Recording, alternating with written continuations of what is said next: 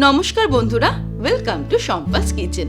আজকে আপনাদের সাথে শেয়ার করব আটা দিয়ে খুবই কম সময়ের দারুণ tasty easy healthy breakfast recipe, যেটা আপনারা সন্ধেবেলা টিফিনেও সার্ভ করতে পারবেন। তাহলে চলুন শুরু করি। সবার প্রথমে একটা বোলের মধ্যে নিয়ে নেব আটা।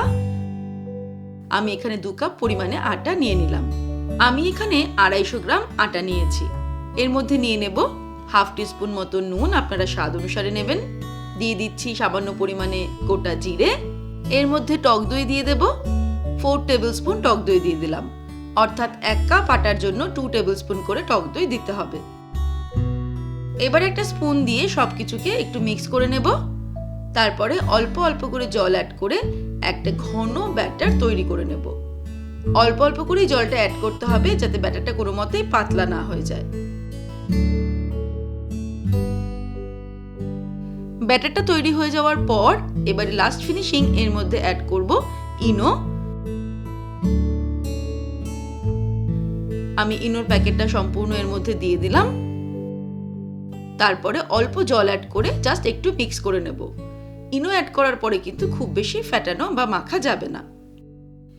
এবারে একটা কড়াই গরম করে তার মধ্যে সামান্য পরিমাণে রিফাইন্ড অয়েল ব্রাশ করে নেব। একদমই অল্প তেল ব্রাশ করে নিতে হবে। তারপর 1 হাতা পরিমাণে ব্যাটার এইভাবে কড়াইতে দিয়ে দেব। ব্যাটারের ঘনত্বটা নিশ্চয়ই আপনারা বুঝতে পেরেছেন কিরকম ঘনত্বের ব্যাটার আমি তৈরি করেছি। সামান্য স্প্রেড করে দিলাম ব্যাটারটাকে হাতা দিয়েই এইভাবে। আপনাদের হাতে সময় থাকলে ব্যাটারটাকে 10 মিনিট ঢেকে রাখতে পারেন, না রাখলেও অসুবিধা নেই।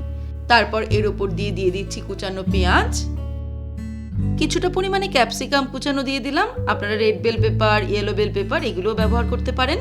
তারপর টমেটোর দানা ছাড়িয়ে আমি কুচি কুচি করে কেটে নিয়েছি, সেটাও একটু ছড়িয়ে দিলাম। দিয়ে দিচ্ছি কাঁচা লঙ্কা কুচি, তবে ছোটদের জন্য হলে কাঁচা লঙ্কাটা আপনারা অ্যাভয়েড করতে পারেন। দিয়ে দিচ্ছি সামান্য পরিমাণে লঙ্কার গুঁড়ো, এটাও অপশনাল। এবারে 1 চিমটি নুন ছড়িয়ে দেব। নুন ছড়িয়ে দেওয়ার পর আলতো হাতে একটু প্রেস করে সবজিগুলোকে বসিয়ে দেব। তারপর এটাকে ঢাকা দিয়ে 15 থেকে 20 সেকেন্ড মিডিয়াম টু হাই ফ্লেমে রান্না করতে হবে।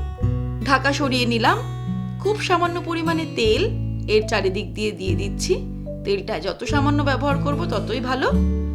তারপরে সাবধানে এটাকে উল্টে দেব। উল্টে দেওয়ার পর আবারও ঢাকা দিয়ে 15 থেকে 20 সেকেন্ড মিডিয়াম টু হাই ফ্লেমে রান্না করতে হবে।